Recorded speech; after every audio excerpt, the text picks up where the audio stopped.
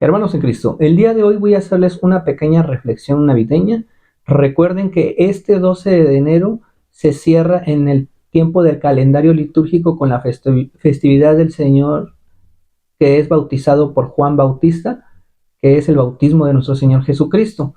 Pero recuerden que la Navidad, nuestro centro es Jesús desde que llega en su nacimiento y hace su epifanía y todos esos acontecimientos que llenaron el tiempo de la Navidad. Por ejemplo, la Iglesia Católica no festeja como tal el día 25 de diciembre en específicamente, que sea el día de la llegada de nuestro Señor Jesucristo, porque pudo haber sido otro día, o quizás pues no precisamente ese momento, pero sino que lo que festeja la iglesia es la solemnidad de un recordatorio, un acontecimiento grande cuando el niño llega a este mundo por medio del pueblo de Israel para redimir a todas las naciones del mundo.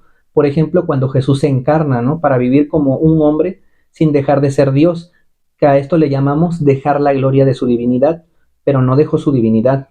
Por eso que es que él que cuando no hacía un milagro, pues no lo hacía a él como tal, ¿no? Porque él dejó la gloria de su divinidad, siendo Dios. Y todos los milagros que él los hacía se los pedía al Padre. Por eso después de hacerlo, él agradecía al Padre. Entonces, cuando él viene, deja toda su gloria de su divinidad misma y pues la deja al venir al vientre de la Virgen María, por ejemplo, ¿no? Y también antes de morir en la cruz. Y eso es lo que por eso después le dice al Padre, devuélveme la gloria que yo tenía antes que el mundo fuera. Y así fue como él despoja de sí mismo la gloria de su divinidad, mas no dejó de ser Dios, ¿sí? Por eso esto quiere decir que él se fue anonadando completamente a nuestro Señor en ese sufrimiento en la cruz y ahí esconde él su divinidad para que la gente no lo notara. Por ejemplo, recordamos que a Jesús no lo reconocían como Dios y como un hombre verdadero. Por eso se sorprendían cuando él sacaba algún poder para hacer algún milagro. Y luego incluso los mismos fariseos se molestaban o decían que de dónde venía eso, ¿no? De dónde provenía eso. Pero recuerden que Dios tiene un espíritu purísimo. Por eso él podía experimentar en ese momento que él estaba antes de llegar a la humanidad, él no podía experimentar ni el hambre, ni la sed, ni el dolor. Pero después cuando se encarna, él ya puede reconocerlo eso, ¿sí? Porque experimenta la parte humana, ¿sí? Que viene después. Entonces es como si se brincara el pecado original y ahí que es la consecuencia del pecado y o sea que es el dolor y entonces él empieza a sentir cuando ya es verdaderamente hombre y entonces él lo hace para redimir, ¿no? Conociendo también la condición humana y sabiendo el dolor que existe en este mundo y en las personas, y por eso él se pone en la cruz, ¿no? En lugar de nosotros. Y ahí es donde él paga nuestra culpa, ya que pues él solo podía hacerlo perfectamente, porque pues nosotros por nuestras ofensas a Dios gravemente no, pues desde nuestros padres Adán y Eva hasta hoy, la verdad no, pues no podríamos pagarlas, ¿no? Entonces, voy a dar una analogía para que podamos entenderlo un poco más. Por ejemplo, supongamos que le damos un golpe a un niño, pues sabemos que eso es malo, ¿no? Si se lo damos a una anciana es un poco más malo, ¿no? Si se lo diéramos a nuestros padres, pues ya tiene un grado un poco más malo, ¿no? Pero aún así sigue siendo el mismo golpe. Entonces, si se lo diéramos a Dios, eso sería un pecado, ¿no? Que es una ofensa infinita. ¿Y cómo se paga? Pues una ofensa infinita se paga con un sacrificio infinito. O sea, el sacrificio infinito sería el infierno. Entonces, nosotros ya no podríamos pagar porque perderíamos el cielo. Entonces, llega Jesús y Él viene a hacer ciertos actos que son actos eternos, ¿sí? Porque Dios, de donde Él viene, es un presente eterno y nosotros estamos metidos en la ley del tiempo, pero Dios es atemporal. Entonces, ese sufrimiento que Él tuvo en la cruz se lo toma pues como un sufrimiento eterno y así Él se pudo haber metido al infierno a pagar por nosotros nuestra miseria en los pecados que cometemos. Y ahora Él nos reconcilia con el Padre como redentor, que es justificar al mundo, siendo Él enviado por el mismo Padre. Por eso la Navidad es un día para dar gracias, agradecer a Dios Padre que Él haya enviado a su Hijo y nos haya dado ese grandísimo acto de amor, ¿sí? Con nosotros para sacrificar a lo que Él tanto amó, que es a su Hijo, y demostrando que Él nos ama como su creación, aunque pues como Hijo muriera en lugar de nosotros, ¿sí? Este tiempo de la Navidad, es decir, es de dar muchas gracias a Dios y que esta sea la razón del sentido de la Navidad para llegar al tiempo de la liberación por Dios, que es la salvación a través del Hijo. Por eso, aquel que vive según la voluntad de Dios ya carga su cruz como imitador del modelo de Jesús, e incluso si muere a causa del Evangelio, ya estaría pagando sus deudas al unir su sangre con la de Jesús, porque esa es la fidelidad con Jesús, ¿no? Hacia el Padre Eterno, si es necesario, como los santos inocentes y los mártires fieles. Entonces, por eso escuchamos decir a San Juan en su Evangelio, dice, la vida eterna que estaba junto al Padre se ha manifestado. Es donde lo vemos en Primera de Juan, capítulo 1, versículo 2, que Dios es la vida, nos enseña. Entonces nosotros tenemos dos vidas, recuerden, la vida humana y la vida de gracia, que es la vida espiritual. Como cuando Dios crea a Adán y a Eva, y él sopla sobre su nariz el ruaj, que es el espíritu que da vida. Entonces Adán ya tenía vida, pero la vida humana. Entonces, al soplarle Dios, es como si Dios hubiera sacado de su misma vida divina para infundírsela a él como ser humano, y esta es la vida de Dios en nosotros, la cual se llama gracia santificante. Esta es la vida de Dios en nosotros. Por ejemplo, ¿dónde lo podemos ver? Como en el Salmo 150, versículo 6, donde dice que todo el que respire alaba al Señor. ¿Sí? Entonces, por eso, al decir Juan, en Primera de Juan, capítulo 1, versículo 2, que la vida eterna estaba junto al Padre y se ha manifestado, quiere decir que Dios no nos necesita en el cielo para ser felices, ni para Él ser feliz. Él quiere que seamos felices con Él en el cielo, porque Él ya es feliz.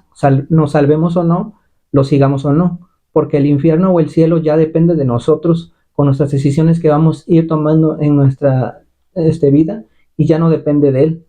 Entonces, Él ya hizo su parte, o sea, ya lo que a Él le tocaba, ahora ya lo hizo. Nosotros tenemos ahora un compromiso de no hacer inválido ese trabajo de su cuerpo y su sangre, y que sea derramada en balde para nuestras vidas, la cual nos las devolvió Él la vida en Cristo, que es un don con una libertad absoluta y plena, de que Él así lo quiso y no lo necesitaba, porque Él no estaba sujeto a hacernos el bien o hacernos el mal, o a salvarnos o a condenarnos, porque por ejemplo, al hacer el milagros o al castigar, pues eso quiere decir que el amor de Él nos pide que nos cuidemos y que lo amemos solo por justicia libre, como una correspondencia de nuestra parte, como una fidelidad y un empeño. Por ejemplo, la celebración de la Navidad es para que estemos felices y preparados en comunión con Él, y en su amistad es un amor correspondido fielmente libre y no coaccionado.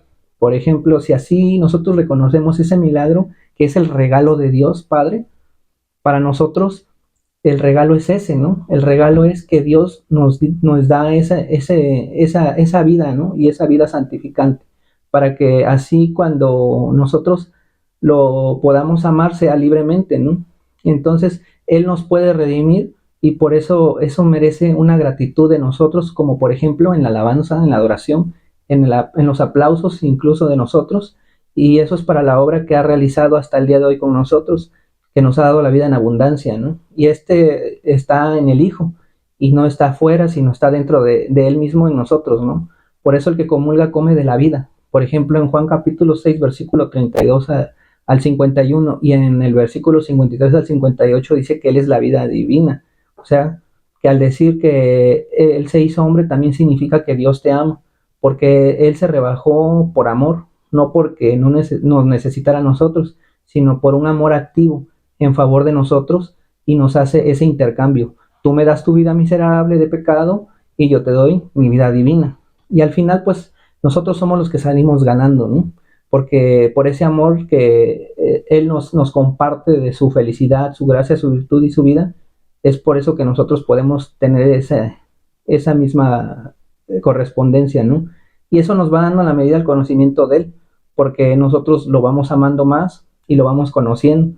Y el que no lo ama y no lo conoce, pues no profundiza en Dios y en su misterio, ¿no? También no puede creer en el amor, y por eso desprecia las cosas de Dios que no las necesita para ser feliz y no necesitan el cielo.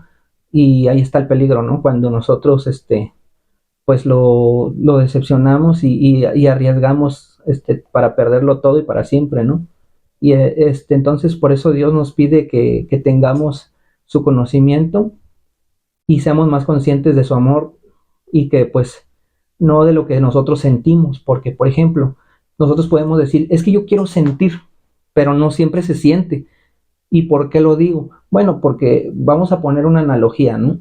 Una mamá está a punto de dar a luz y de repente el doctor le dice, uno de los dos tiene que perder la vida, ¿no? Entonces la mamá dice yo, y ese es un acto de amor. Entonces el bebé pues no lo puede sentir, ni tampoco lo puede ver ni percibirlo. Entonces incluso él llega a crecer y crece con un resentimiento porque la mamá se fue y lo dejó y no supo el por qué, que si fue por un acto de amor hacia él. Entonces estos actos no siempre son sensitivos ni visibles, pero va abriendo a la experiencia del amor de Dios, lo que Él nos llama a la inhabitación trinitaria, que es el misterio de Dios en nosotros. Él es más grande y sin embargo puede estar dentro de nosotros, habitando, y se hace eso también una doble inhabitación. Por ejemplo, que primero Él entra en mi vida y luego Él me lleva a la suya. Entonces, el enemigo, pues recuerden que eso no quiere, ¿no? Por ejemplo, Él no quiere que ores, ni que tampoco que vayas a misa, que comulgues, ni confieses, que no lo conozcas ni en las escrituras ni en ningún escrito y te pierdas, ¿no? Y vivas sin ese pleno conocimiento de la sabiduría de Dios, porque pues nosotros fuimos creados por un propósito, ¿no? Y que es de vivir una vida y vivirla con conocimiento. Y esto es una inhabitación mutua, como cuando comulgamos crece la vida en gracia y Él puede ser Él puede tocar esos sentidos, ¿no? Esos sentidos nuestros que es necesario para nosotros, pero por eso Él está ligado al conocimiento y a la obediencia, pero Dios espera nuestra correspondencia, no para romper nuestra libertad y nuestra voluntad. Por eso quien no quiere llenarse de Dios, se llama, pues no se llenará de Él, ni siquiera podrá obtener el cielo, ¿no? No se le daría, porque por eso debemos amarlo y pues eso puede decir que lo podemos conocer y eso que conocemos que sea permanente en nosotros, ¿no? Y entonces, porque el Espíritu ya está en nosotros y nosotros lo encontramos, por ejemplo, en varios textos como en Romanos 8:9, en 1 Corintios 6:19 y en Efesios 2:22, ¿no? Y habla que pues el amor de Dios en nosotros, ¿no? Con el Espíritu de Dios, como una adopción filial, ¿no? Y verdadera, como lo dice Juan en la primera carta, ¿no? Como lo habíamos dicho anteriormente. Por eso en el bautismo nosotros pasamos a ser hijos naturales de Jesús y adoptados en el Padre. Pero para eso es necesario que Jesús naciera, que Él muriera en la cruz y pues que nos hubiera redimido, o sea, justificado. La Navidad es reconocer a ese niño, así, así como los ángeles cuando nos invitaban a vivir con Él, ¿no? Que decían, vayan a verlo, ¿no? En Lucas capítulo 2, versículo del 9 al 20, ahí está el relato de los ángeles, ¿no? Que hacían la invitación. Y esa es la Navidad, ¿no? Vayan, miren, conózcanlo, para que cuando crece el conocimiento de Dios, entonces así puede crecer el amor y también en el cual nosotros celebramos el inicio de nuestra vida santa, ¿no? Toda esta vida santificante, que es un sagrado comienzo y un renacimiento del ser humano como hijos de Dios en Cristo Jesús. Hermanos, pues ahora ya tenemos las bases de en esta Navidad cuál es nuestro centro, el Señor Jesucristo, amarlo, respetarlo, cumplir con los preceptos que se nos piden, no coaccionadamente, sino libremente. Y pues seguir perseverando y luchando hasta el final. Espero les haya gustado esta breve pues relato o reflexión y haya sido de su agrado. Recuerden dar sus comentarios, regalarnos su like, suscribirse, ¿sí? Darle a la campanita para que les lleguen todas las notificaciones de estas transmisiones. Y pues sin más, me voy de esta emisión, pero antes vamos a despedirnos diciéndole gracias a nuestro Señor Jesús por haber venido. En el nombre del Padre, del Hijo y del Espíritu Santo. Amén. Hasta pronto.